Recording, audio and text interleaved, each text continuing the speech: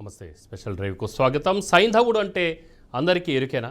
మహాభారతంలోని పద్మవ్యూహం ఘట్టంలో ధర్మరాజు అభిమన్యుడిని లోపలికి పంపించి తాము మీ వెంటనే వస్తామని చెప్పేసి చెప్తాడు. అయితే సైంధవుడు శివుడి వరము చేత ధర్మరాజును మిగతా వారిని లోపలికి వెళ్లకుండా అడ్డుకుంటాడు. అయితే మంచి కార్యానికి శ్రీకారం చుడుతుంటే సాగనీయకుండా అడ్డుకునే వారిని సైంధవుడు అంటారు. సీఎం రేవంత్ రెడ్డి కూడా కిషన్ రెడ్డిని సైంధవుడి పాత్ర అంటూ పోల్చారు. మోదీ సానుకూలంగా ఉన్నప్పటికీ కేంద్ర మంత్రి కిషన్ రెడ్డి సైంధవుడిలా మారాడని విమర్శించారు. ఏ విషయంలో ప్రధాని మోదీ సానుకూలంగా ఉన్నారు?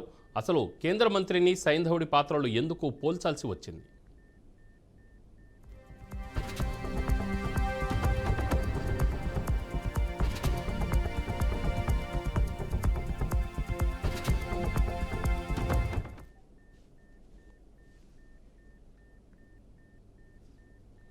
తెలంగాణ రాష్ట్ర అభివృద్ధికి ప్రధానమంత్రి నరేంద్ర మోదీ సానుకూలంగానే ఉన్న రాష్ట్రానికి చెందిన కేంద్ర మంత్రి కిషన్ రెడ్డి సైంధవుడి పాత్ర పోషిస్తూ అడ్డుపడుతున్నారని ముఖ్యమంత్రి రేవంత్ రెడ్డి విమర్శించారు.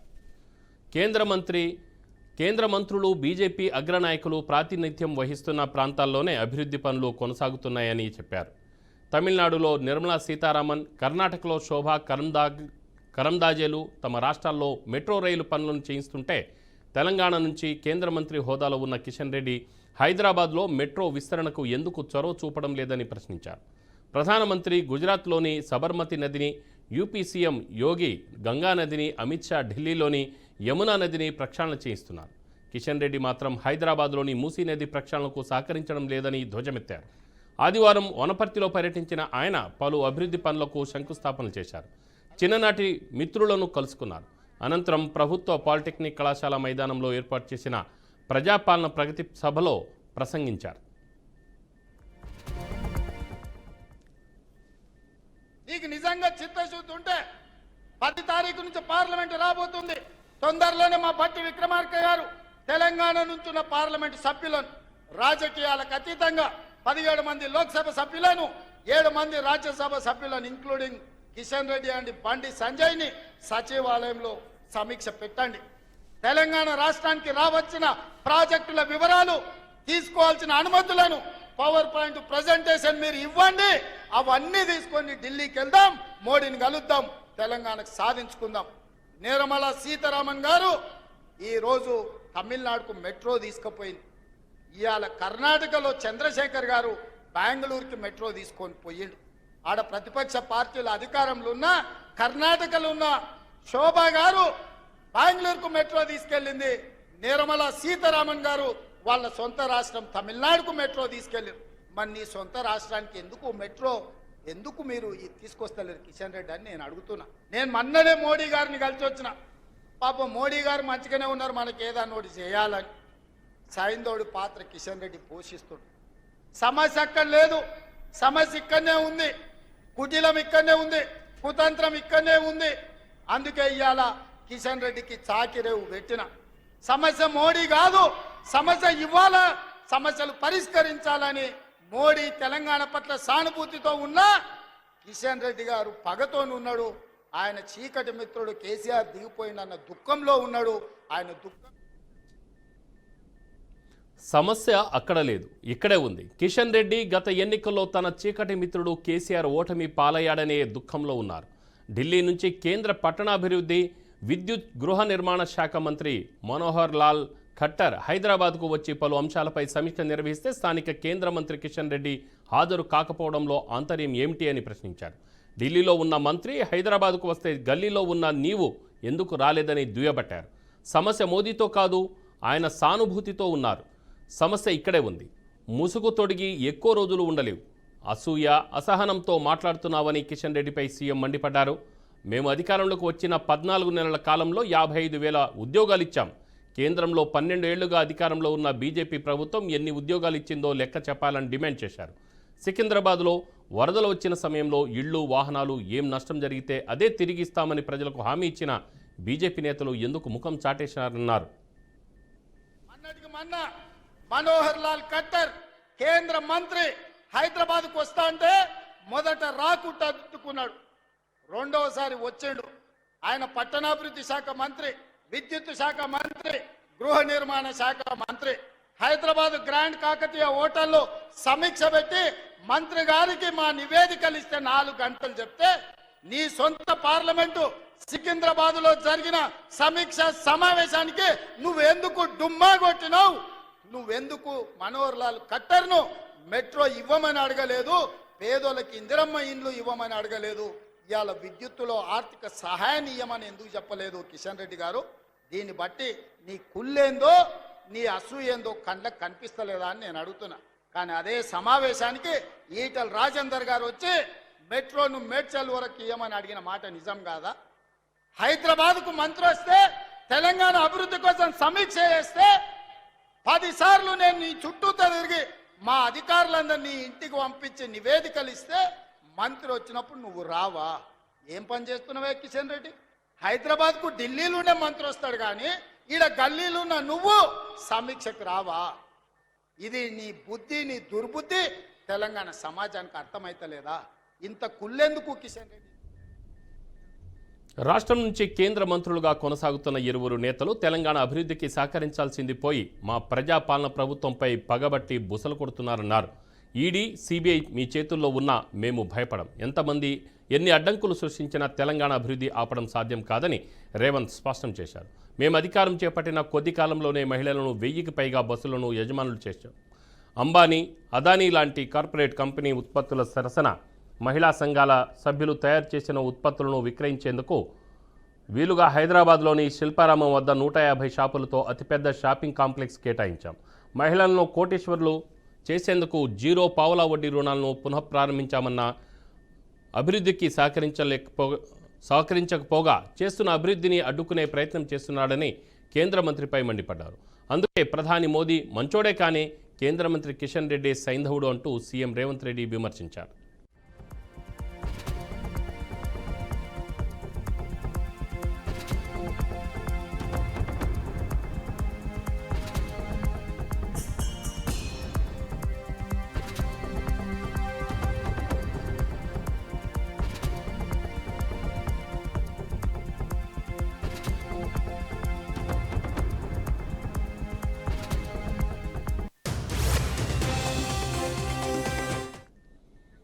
దీనిపై మరింత సమాచారం నల్గొండ ప్రతినిధి శ్రీనివాస్ అందిస్తారు. శ్రీనివాస్.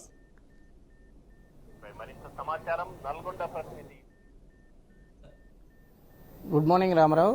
తెలంగాణలోని ప్రజాపాలన పేరుతో పెద్ద ఎత్తున అభివృద్ధికి చేస్తున్న రేవంత్ రెడ్డి ఈరోజు ప్రజాపాలన బహిరంగ సభలో మాట్లాడుతూ తెలంగాణలోని 14 నెలల్లో అనేక అభివృద్ధి కార్యక్రమాలు చేసినాం కానీ ప్రతిపక్ష పార్టీగా ఉంటున్న జాతీయ స్థాయిలో అధికారంలో ఉన్నటువంటి బీజేపీ పార్టీ ఇక్కడ రాష్ట్రంలో ఉన్నటువంటి కేంద్ర మంత్రులుగా వ్యవహరిస్తున్నటువంటి వారు కూడా తెలంగాణపై ఎవరికి ఒక చిత్తశుద్ధి కూడా లేదు.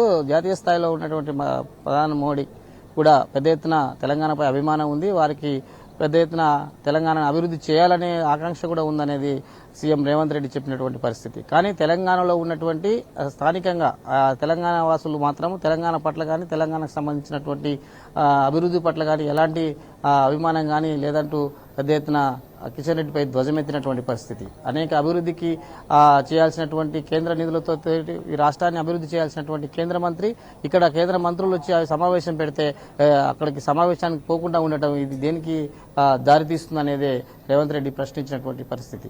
ప్రధానంగా చూసినట్లయితే తెలంగాణలోని అభివృద్ధి కార్యక్రమాలకు సంబంధించినటువంటి కేంద్ర బడ్జెట్ నుంచి రావాల్సినటువంటి అనేక నిధులు కొట్లాడి తెచ్చుకోవాల్సినటువంటి తెలంగాణ ప్రాంత అభివృద్ధి చేయాల్సినటువంటి కిషన్ రెడ్డి కేవలము తమ యొక్క ప్రాబల్యం ఉన్నటువంటి ప్రాంతానికి మాత్రమే పరిమితమయ్యాడు తప్పితే ఈ తెలంగాణ యొక్క ప్రాంతం అభివృద్ధికి ఎలాంటి దోహదపడట్లేదు అనేది కూడా విమర్శ చేస్తున్నటువంటి పరిస్థితి. తెలంగాణలోని గతంలో చూసినట్లయితే అనేక సంక్షేమ పథకాలు కానీ కేంద్ర ప్రభుత్వం ఇచ్చినటువంటి అనేక బడ్జెట్లోని తమకు రావాల్సిన వాటాను కూడా తెచ్చుకోలేకపోయాడు కిషన్ రెడ్డి. పూర్తి స్థాయిలోని రాజకీయ దురుద్దేశమే కాకుండా ఓర్వలేని తనము కిషన్ రెడ్డిలో ఉంది. ఆ ప్రాంత అభివృద్ధిని తెలంగాణ ప్రాంత అభివృద్ధిని చేసుకోవడానికి కూడా పెద్ద ఎత్తున ఆయన ఇబ్బంది పడుతున్నాడు. ఇతర పార్టీలకు ఇబ్బందికరమైన పరిస్థితి తీసుకొస్తున్నటువంటి పరిస్థితి. ప్రధానంగా చూసుకున్నట్లయితే మోడీ అనేక మార్లు తెలంగాణని విజిట్ చేసిన క్రమంలో అయితేనేమి తెలంగాణకు సంబంధించినటువంటి మోడీ ఆధ్వర్యంలో జరుగుతున్న అనేక కేంద్రకు సంబంధించినటువంటి టీములు కూడా ఇక్కడికి రావడం జరిగింది. దానికి సంబంధించినటువంటి కేంద్ర మంత్రులు కూడా ఇక్కడ తెలంగాణ అభివృద్ధికి సామాజిక స్కీమ్ల గురించి కూడా రివ్యూ చేసినటువంటి పరిస్థితి. కానీ కేంద్ర మంత్రులు హైదరాబాద్ కానీ తెలంగాణ ప్రాంతం పర్యటించినప్పుడు కేంద్ర మంత్రిగా ఉన్నటువంటి కిషన్ రెడ్డి కేవలం ఆ ప్రాంతానికి ఎప్పుడు పోలేదు. కేంద్ర మంత్రులు వచ్చినప్పుడు కూడా కనీసం విజిట్ చేసుకునే పరిస్థితి లేకుండా పోయిందనేది విమర్శించినటువంటి పరిస్థితి. కేంద్ర మంత్రులుగా ఉన్నటువంటి కిషన్ రెడ్డి దాంతో పాటు బండి సంజయ్లు ఈ ప్రాంతాన్ని ఎవరు అభివృద్ధి చేయలేరని, ఇంతవరకు కేంద్రం నుంచి ఎన్ని బడ్జెట్లు తెచ్చారు, ఎన్ని లక్షల కోట్లు తెచ్చారో ప్రజలకు చెప్పాలని కూడా సీఎం రేవంత్ రెడ్డి వారిపై ధ్వజమెత్తినటువంటి పరిస్థితి. అభివృద్ధికి చేయాల్సినటువంటి కేంద్ర ప్రభుత్వ నిధులను తీసుకొచ్చుకోకుండా పబ్బం గడుపుతూ వాళ్ళ యొక్క ప్రాంతాలకే పరిమితమయ్యారని పదే పదే ధ్వజమెత్తినటువంటి పరిస్థితి సీఎం రేవంత్ రెడ్డి. ఈ రోజు జరుగుతున్నటువంటి 14 నెలల పాలనలోని అనేక సంక్షేమ పథకాలు ప్రజలకు మధ్యకు తీసుకెళ్తున్నామని, ఆ కార్యక్రమానికి చూసి ఓర్వలేకనే కిషన్ రెడ్డితో పాటు ఉన్నటువంటి కేంద్ర మంత్రులు నిమ్మకు నీరెత్తినట్టుగా వ్యవహరిస్తున్నారనేదే రేవంత్ రెడ్డి ధ్వజమెత్తారు. కేంద్ర ప్రభుత్వం అధికారంలో ఉండి అనేక సంక్షేమ పథకాలే కానీ కేంద్రకు సంబంధించినటువంటి బడ్జెట్ కానీ తీసుకురావాల్సినటువంటి బాధ్యత కేంద్ర మంత్రులుగా ఉన్నటువంటి కిషన్ రెడ్డి, బండి సంజయ్ మీద ఉందని కూడా గుర్తు చేసినటువంటి పరిస్థితి. గతంలో అనేక అభివృద్ధి కార్యక్రమాలకు శ్రీకారం చుట్టినటువంటి కాంగ్రెస్ ప్రభుత్వం 14 నెలల్లో అనేక సంక్షేమ పథకాలు చేసిందనేది కూడా పదే పదే జరిగినటువంటి సభల్లో కూడా రేవంత్ రెడ్డి చెప్పారు. కానీ ప్రజాప్రతినిధులుగా ఉన్నవారు ప్రాంతాన్ని అభివృద్ధి చేసుకోవాలి తప్పితే చేసుకోవడంలో విఫలమవుతున్నారనేదే సీఎం రేవంత్ రెడ్డి కేంద్ర మంత్రులను విమర్శించినటువంటి పరిస్థితి. ఇది Ramarao. Right Srinivas, thank you. ఇక ఇదే అంశంపై మాట్లాడేందుకు ప్రముఖ విశ్లేషకులు రామ్మోహన్ రావు గారు లైవ్లో ఉన్నారు. రామ్మోహన్ రావు గారు చెప్పండి. నమస్కారం సార్. రేవంత్ రెడ్డి గారి వ్యాఖ్యలను ఏ విధంగా అర్థం చేసుకోవాలంటారు?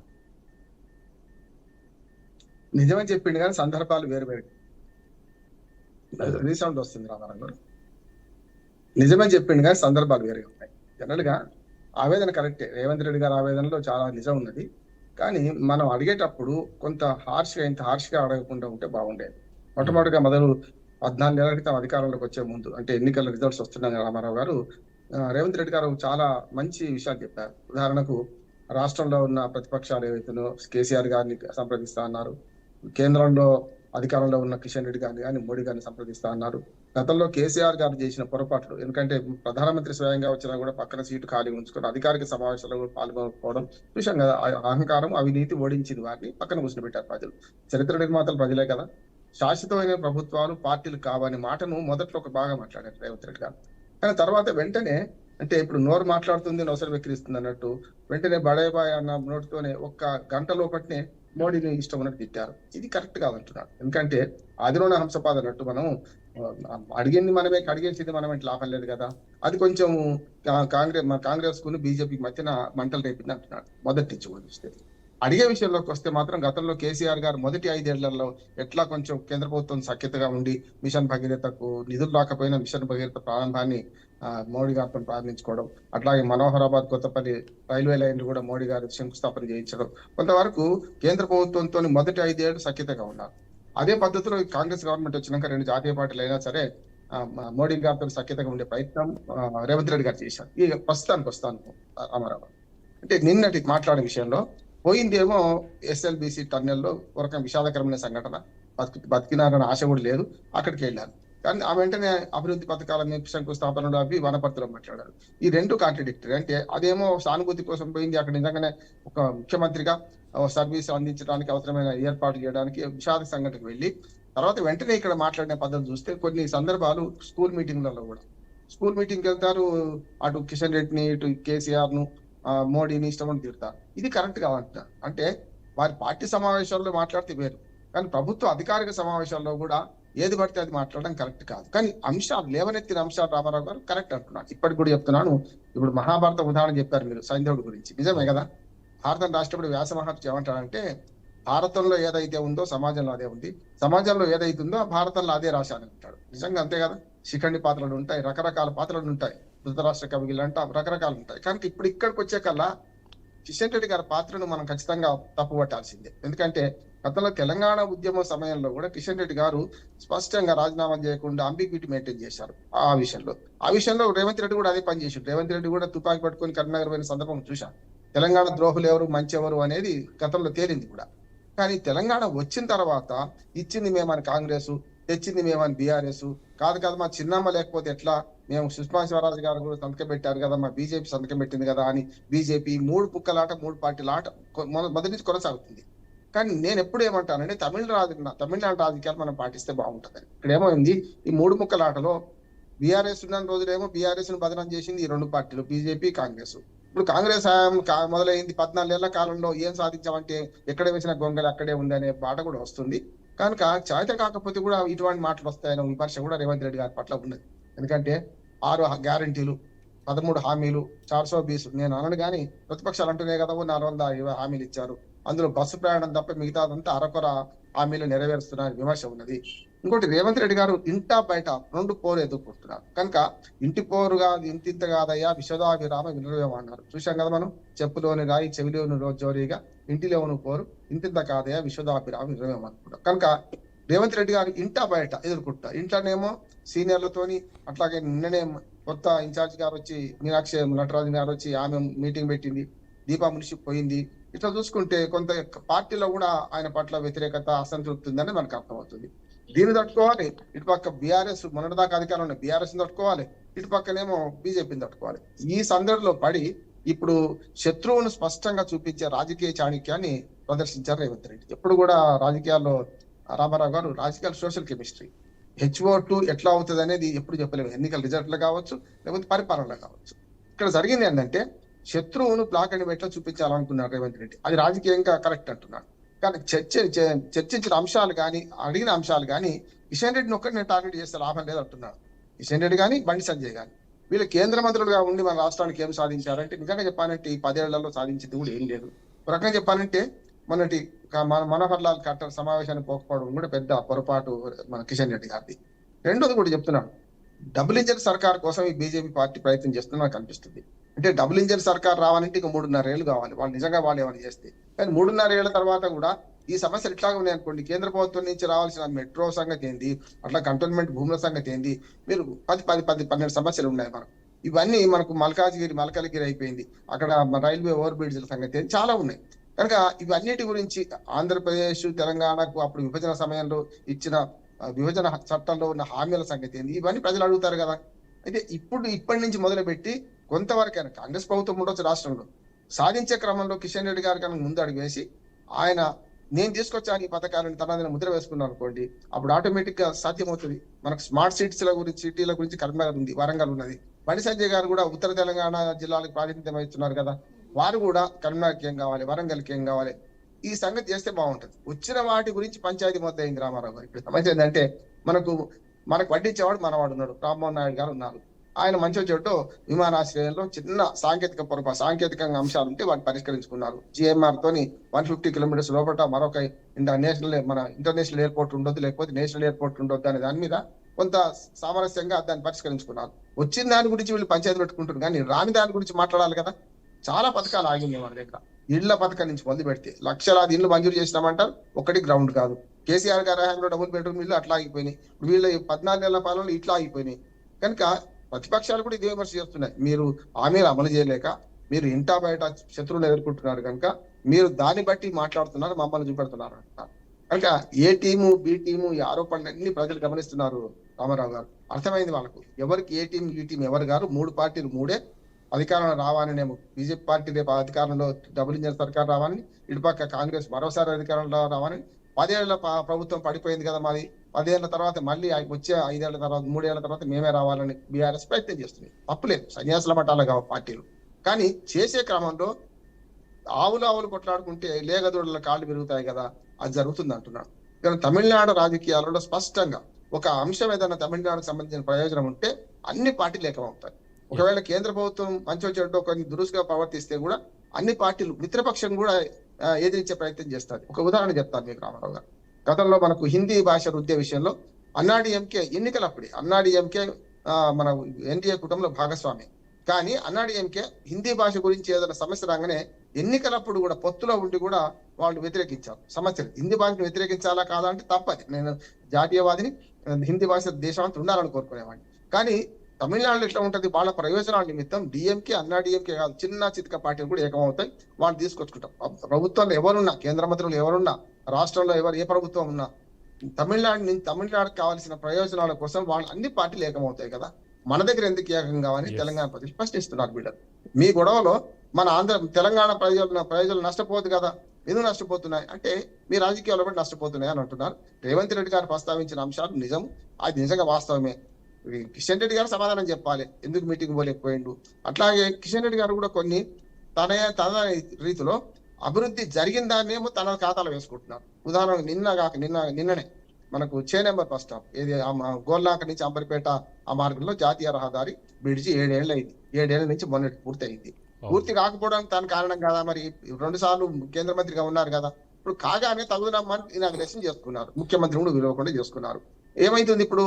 కనుక రాష్ట్రము కేంద్రము 2 జోడెలు లాంటి మనకు తెలంగాణ అభివృద్ధి కానీ ఏ రాష్ట్రం అభివృద్ధి కానీ వాళ్ళు ఇద్దరు కలిసి పనిచేసారు అనుకోండి, ఎవరు తెచ్చిండ్రో ప్రజలు గమనిస్తారు. రామారావు గారు సమస్య లేదు. కిషన్ రెడ్డి గారు గట్టిగా కొట్లాడుకో ఈ 4 పథకాలు తెచ్చినట్టు ఎవరైనా హర్షిస్తారు కదా. కేంద్ర ప్రభుత్వం రాష్ట్ర ప్రభుత్వం నిధులు అనేటివి వేరు ఉండవు. నేను ఒక మాట చెప్పి ముగిస్తాను. ఇప్పుడు ప్రజల సొమ్మిది, ట్యాక్స్ పేయర్స్ మనీ. రామారావు గారు నేను ఇచ్చినాను కేంద్రము, నేను ఇచ్చినాను రాష్ట్రము, వీళ్ళు కొట్లాడుకుంటే లాభం లేదు. పైసలని మాయే అంటున్నాయి, డబ్బులని మావే. మీరు కేవలం వరాలు ఇచ్చే దేవుళ్ళు కాదు, దేవతలు అంతకన్నా గారు. మీరు మీ పదవిలో ఉన్నప్పుడు సార్థకత సాధించుకోండి. ఫలానా పథకం అంటే వీళ్ళు తెచ్చారు అనే ఒక మాట సాధించుకోండి అని నేను అంటున్నాను. అంటే ఇంకోటి సార్, అంతరార్థం ఏంటంటే ఈ మోదీ మంచి వ్యక్తే కానీ కిషన్ రెడ్డి కాదు అని అనడాన్ని ఎలా చూడాలి? ఎందుకనంటే మీరు చెప్పినట్టుగా చూస్తే ఈవెన్ మనోహర్ లాల్ ఖట్టర్ వచ్చినప్పుడు ఆయన వెళ్ళకపోవడం కూడా ఒక డౌట్ వస్తుంది. అంటే రాష్ట్రానికి అభివృద్ధి చేయడానికి కేంద్రం నుంచి ఒక మంత్రి వస్తే అప్పుడు కేంద్ర మంత్రిగా ఉన్న మన తెలుగువాడు అక్కడికి వెళ్ళకపోవడం అనేది ఏంటి అసలు అనుమానం? దీని మీద ఏమైనా అనుమానం ఉందా? అలాగనే మోదీ మంచి వ్యక్తే కానీ కిషన్ రెడ్డి మంచోడు కాదని చెప్పడంలో అదే ఏమైనా ఉందా? అదే చెప్తున్నాను, చాలా మంచి ప్రశ్న అంటున్నాను. ఎందుకంటే మీరు పరవస్తు చిన్నయ్య సూరి గతంలో మిత్రభేదం మిత్ర లాభం రాశారు, జంతువుల కథలే కావచ్చు. కానీ అందులో స్పష్టంగా ఇదే ఉంటుంది. అంటే ఒకటే పార్టీలో ఉన్న ఇద్దరిని చేరిస్తే మోడీ మంచివాడని ఇప్పుడు ఎందుకు అంటున్నారు? రేవంత్ రెడ్డిని చెడ్డ చేయడానికి కదా. అంటే నా ఉద్దేశం ఏంటంటే రాజుగారి చిన్న భార్య మంచిదంటే పెద్ద భార్య మంచిది కాదని కాదు సమస్య. ఇక్కడ ఏమవుతుందంటే కిషన్ రెడ్డి ఒంటరి చేయడానికి మోడీ గారు నిజంగానే మోడీ గారు వెళ్ళినప్పుడల్లా మంచి టైం ఇస్తున్నాడు. మోడీ గారు కూడా మంచి సమాధానం ఇచ్చారు. అది కిషన్ రెడ్డి చెప్పిండా చెప్పలేదు తెలియదు, కానీ మొన్న ఏదైతే అభివృద్ధి పథకాల కోసం మోడీ దగ్గరికి ప్రతిపాదన తీసుకపోతే అంటే మోడీ గారు ఎంత ప్రిపేర్ అయి ఉంటున్నారు, కిషన్ రెడ్డి గారు అట్లా ఎందుకు ప్రిపేర్ అయ్యలేరు అని నేను అంటున్నాను. మొన్న మోడీ గారు ఎంత ప్రిపేర్ అయి ఉన్నారంటే మీరు ఫలానా దానిలో ఇప్పుడు ములుగు గిరిజన యూనివర్సిటీ మీరు భూమి సేకరించాలి, ఇంకా కావాల్సి ఉన్నది. విమానాశ్రయానికి వరంగల్ విమానాశ్రయానికి 280 ఎకరాలు ఇంకా సాధించాల్సి ఉంది, సేకరించాల్సి ఉంది. ఇట్లా ప్రతి అంశంలో మీరు ఎన్ని అడిగినరో రాష్ట్ర ప్రభుత్వం నుంచి కావలసిన సహకారం ఏం కావాలనో అది అందియాలని కోరింది కదా. అంతేందుకు ఇప్పుడు ఇంకొక సమస్య వచ్చింది మోడీ గారు మనకు రామారావు గారు ఏంటంటే మొన్నటి దాకా ఉత్తర త్రిపుల ఏదైతే సంగారెడ్డి నుంచి చౌటుప్పల్ వరకు సరిగ్గా 7 ఏళ్ళు అయింది. అది మంజూరై నెంబర్ కూడా ఇచ్చారు. నిన్న ఇంకో కొర్ర ఏం పడ్డదంటే మళ్ళీనట ట్రాఫిక్ సర్వే అయితే అనట. మరి కిషన్ రెడ్డి గారు ఏం చేస్తున్నట్టు నేనేమంటున్నాను, 7 ఏళ్ల తర్వాత కూడా అంతా అయిపోయి భూమి సేకరణ 70% దాటి ఇంకో 30% భూమి సేకరణ మిగిలింది. రాష్ట్ర ప్రభుత్వం డబ్బులు ఇచ్చేదంటే అడుగుదాం గట్టిగా. కానీ ఇప్పుడు మళ్ళీ ట్రాఫిక్ సర్వే అని మొదటికి వచ్చింది, డిపిఆర్ మళ్ళీ సమర్పించలేదు ట్రాఫిక్ సర్వే మీద అంటే ఎక్కడికి వచ్చినట్టు? రేవంత్ రెడ్డి గారు కూడా కొన్ని తప్పులు ఉన్నాయి. త్రిపులార్ ప్రసక్తి వచ్చింది కానీ చెప్తున్నాను. దక్షిణ త్రిపులార్ గురించి దానికి నెంబర్ ఇవ్వలేదు. ఉత్తర త్రిపులార్ మాత్రం ఆల్రెడీ శాంక్షన్ 7 ఏళ్ళు అవుతుంది. జాతీయ రహదారి నెంబర్ ఇచ్చారు. దక్షిణ బాలయం రహదారి ఏదైతుందో దానిలో చాలా వరకు రేవంత్ రెడ్డి గారు ఈ 15 నెలల్లో చాలా అంబిగ్విటీ ఏది బట్టి అది మాట్లాడారు. ఉదాహరణ మేమే చేస్తాం రాష్ట్ర ప్రభుత్వం నుంచి అన్నారు, మేమే అలైన్మెంట్ మారుస్తామని. అలైన్మెంట్ లో కూడా చాలా ఆరోపణలు ఉన్నాయి. నేను నిజం లేదు మనం ఆరోపించలేం కానీ మనం న్యూట్రల్ గా ఉండాల్సిందే. కానీ అలైన్మెంట్ మార్చాం, అలైన్మెంట్ మార్చి కాదు ఇది అన్నారు. తర్వాత ఏమన్నారు, మేము సగం మీ సగం పెట్టుకుంటామన్నారు. ఇప్పుడు ఏమంటున్నారంటే మాతో కాదు, మొదలే ధనిక రాష్ట్రంగా మన అప్పుల పాలు చేసిండు కేసీఆర్, లంక బిందెలు ఉంటే ఏం లంక బిందెలు ఉన్నాయనుకొని వచ్చినామని మాట్లాడుతున్నా. జాతీయ రహదారిగా త్రిపులార్ను గుర్తించిన తర్వాత కూడా దక్షిణ భాగం మేము నిర్మించుకుంటా అని ఎట్లా అనగలిగింది? తర్వాత ఇప్పుడు మళ్ళీ మా దారికి వచ్చి ఏమంటున్నారు, మీరే నిర్మించండి అని అంటున్నారు. ఇందులో ఏమవుతాయి అంటే ఇంత అంబిగ్విటీ మెయింటైన్ చేస్తే రాష్ట్ర ప్రభుత్వం డబ్బులే లేవా? మీరు కేంద్ర ప్రభుత్వం మంజూరు చేసిన త్రిపులార్ను కూడా మేము వేలు పెడతాం, మా ఇష్టం కూడా పని చేస్తామంటే కరెక్ట్ కాదు కదా. రేవంత్ రెడ్డి గారు తన దగ్గర ఇప్పుడు గురువింద గింజ తన నలిపారు కదా అన్నట్టు రేవంత్ రెడ్డి గారు పొరపాట్లు ఉన్నాయి కాదట్లేదు. కానీ ఇప్పుడు మాట్లాడిన మాటల్లో కిషన్ రెడ్డి గారి పాత్ర గురించే స్పష్టంగా మనం చెప్పదలుచుకుంటే కిషన్ రెడ్డి గారు రాష్ట్రానికి రావాల్సిన విషయంలో మోడీ గారితో కూర్చోవాలి. ఇప్పుడు రేవంత్ రెడ్డి గారిని అడిగినట్టు పరిచయంగా అడగాల్సిన అవసరం లేదు. రామారావు గారు ఒక మాట చెప్తాను, పాన్ పరాగు అడ్వర్టైజ్మెంట్ ఉంటారు కదా, అట్లా పార్టీ ఒకటి కనుక మోడీ గారిని మంచిగా బాగా అడగవచ్చు. వీళ్ళు వీళ్ళేమో మా తెగే చెప్పేస్తారు. కానీ పార్టీ ఒకటి కనుక, మంత్రిగా ఉన్నారు కనుక సాఫ్ట్ గా చెప్పి ఇవి మేము సాధిస్తున్నామని మన కిషన్ రెడ్డి గారు Right, 3 ఏళ్ళలో చేయగలిగితే మరి భవిష్యత్తు ఉంటుంది. Yes, thank you Rammohan Rao గారు, ధన్యవాదాలు. ఇది ఈరోజు స్పెషల్ డ్రైవ్. మరో డ్రైవ్తో మళ్ళీ కలుసుకుందాం. చూస్తూనే ఉండండి బీఆర్కే న్యూస్ తెలుగు సత్తా.